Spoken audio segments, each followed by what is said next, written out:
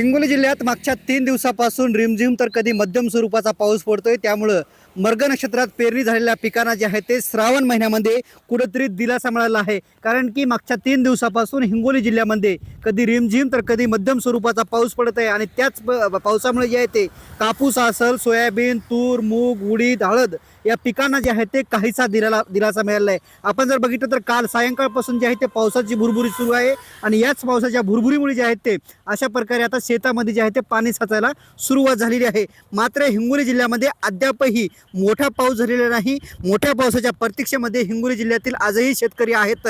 कारण की मागच्या 3 दिवसापूर्वी जे आहेत ते परिस्थिती जी आहे ते वेगळी होती। सोयाबीन असेल, कापूस असेल हे पिके वाळत होते, करपून जात होते। मात्र कुठेतरी 3 दिवसापासून सुरू असलेल्या रिमझिम पावसाने जे आहे ते पिकांना दिलासा मिळालेला आहे। आपण बघतोय की हे सोयाबीनचं सगळं शेत आहे आणि याच सोयाबीन शेत जे आहे ते आता लुसलुसीत दिसत आहे।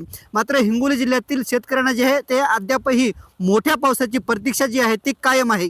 कॅमेरामन ज्ञानेश्वर वानखेडेसह मी रमेश चेंडके, TV9 मराठी, हिंगोली।